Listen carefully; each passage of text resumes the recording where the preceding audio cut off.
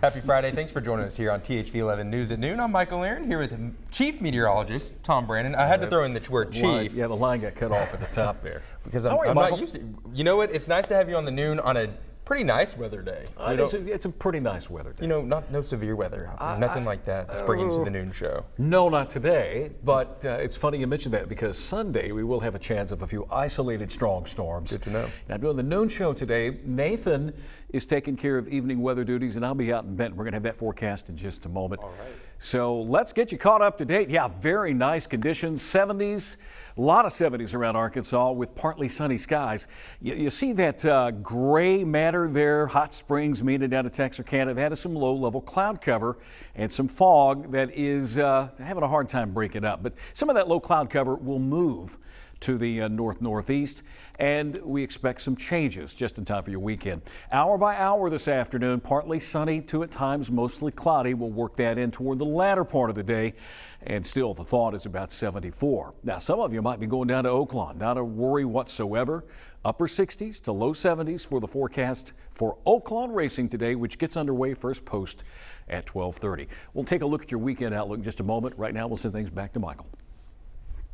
All right, Tom, thanks. You heard him mention it. Oaklawn opening live racing today. In fact, for the first time in its 117-year history, Oaklawn is kicking off its live racing in December. And it all starts this afternoon. First post set for 12:30, so you don't have to wait too much longer. The last race wraps up around 6 o'clock. The resort has been working around the clock to get the track, casino, and hotel ready for the early opening, but everyone there is ready. But we're ready. We're ready to have fans back from a COVID perspective. We're only asking that anybody that's not vaccinated to wear a mask, but outside of that, we are open, fully open. So all folks we're ready for everybody to come and show up. There are a lot of added amenities at the track this year, including new concessions and a sports book in the grandstand. And we can't forget about the classics like the corned beef sandwiches. Those will be 50 cents tomorrow. Again, first post set for 12:30, just under half an hour. We're going to have so much more from Oaklawn. Our very own Ian Russell is there, and he'll have a report for us tonight at 5 and 6. This afternoon, we're learning more about the Omicron variant from scientists in South Africa. Of course, that is where the strain was first reported. An early study there found Omicron is at least 2.4 times more likely to reinfect someone who has had COVID before compared to other variants. It is also highlighting inequalities in the global COVID response. Deborah Pata has more from Johannesburg. It's been the war cry of health experts around the globe since the pandemic began. Nobody is safe until everyone is safe. Had we done the scientific thing, had we done what the scientists were saying in January, February 2020, we would not be now where we are. And what science tells us, says a furious Dr. Ayawade Alakija, is that unless there is global vaccine equity, the virus will continue to mutate. In the two countries where Omicron was first identified, Botswana has already administered 86% of its supply, South Africa 78%. Compare this to wealthy nations where it's predicted 100 million expired vaccines could be destroyed at the end of the year. This is because they've hoarded them, says Alakija. We're saying get out of the queue so that we can get to the front of the line and get our own and pay for them. Complicating matters further is distribution. Many African countries lack the logistical capability to get shots into people's arms, and travel bans only further isolate this region. Californian Monica Glass was visiting her husband's family in South Africa when her flights were cancelled. Southern Africa is the only place who they instilled these travel bans, right? And I feel like it's unfair. It's not right. Then another blow.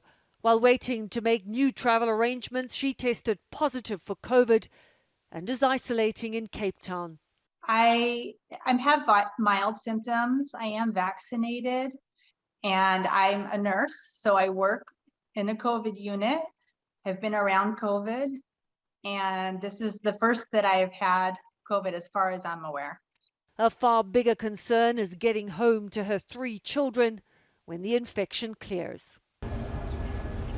Travel bans are causing further chaos, with South African scientists saying there are fewer planes coming in that can bring the compounds needed to study Omicron. They're worried they could run out. Deborah Patters, CBS News, Johannesburg, South Africa. Concerns are rising over the spread of the Omicron variant to more states across America. The strain has already been detected in at least 5 states. Experts think the real number is likely much higher. So far, all cases of the strain in the U.S. have been mild, but the uncertainty is starting to take a toll. While Arkansas has not seen an Omicron case yet, we wanted to know the process for testing for variants here in the state. Arkansas's medical director tells us that all tests that meet a criteria for virus makeup get sent to a lab in Minnesota for sequencing. Then that determines the variant. We do monitor the sequences.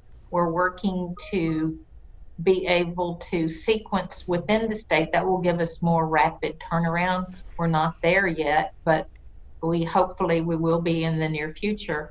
Right now, it takes an additional week for those variant results to get back to the Arkansas Department of Health. They're working on an internal system that would speed up the process. That surge comes as Arkansas continues to see a steady rise in cases. More than 1,200 infections were reported on Thursday. That's the highest number since September. Positivity rates here are climbing as they are in most of the country. The increase in COVID cases is starting to put more pressure on our hospitals. ICUs are once more facing a squeeze with just 6% of beds in the state free. Vaccinations are heavily encouraged, as they have been, especially in states like Arkansas, where we still have more than a third of eligible people unvaccinated. Day 3 of testimony in the trial of Josh Duggar is underway in Northwest Arkansas. The 33-year-old is charged with 2 counts of downloading and possessing child pornography. Yesterday, testimony focused on the special agent who traced the crimes. Investigators outlined steps they believe Duggar took to download the material, but defense attorneys raised allegations that the timeline from investigators did not add up. They focused on arguments that others had access to Duggar's laptop. Several members of the Duggar family are in the courtroom, and we're told they could be called to testify about past allegations against Josh Duggar. Stay with THV11 and thv-at-noon.com as this trial progresses. The parents of accused Michigan school shooter Ethan Crumbley could be charged as soon as today. Law enforcement officials say they're not cooperating with the investigation. Crumbley, who's 15 years old, has been charged as an adult for allegedly killing 4 students and injuring 7 other people at his high school in Oxford. Police say the shooter used a semi-automatic handgun purchased by his father just days before Tuesday's attack. With businesses ramping up hiring for the holidays, the monthly jobs report was expected to show sharp gains in jobs, but it surprised some experts. Natalie Brand has the latest from Washington. The final jobs report of the year did not quite deliver the holiday cheer analysts had predicted. I think this is a mixed report, and I would be very careful about jumping to conclusions. The Labor Department says just 210,000 jobs were added in November, less than half of what was expected.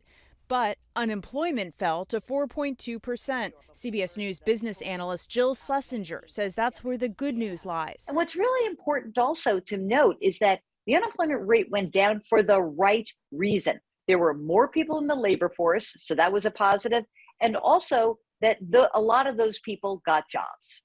The Labor Department report says professional and business services had the biggest gains, followed by transportation and warehousing, then construction and manufacturing, to be expected heading into the holiday season. We've averaged nearly 400,000 new jobs a month over the last 3 months, a solid pace. Amid continued COVID concerns, the labor market remains tight, with more open positions than workers looking for jobs.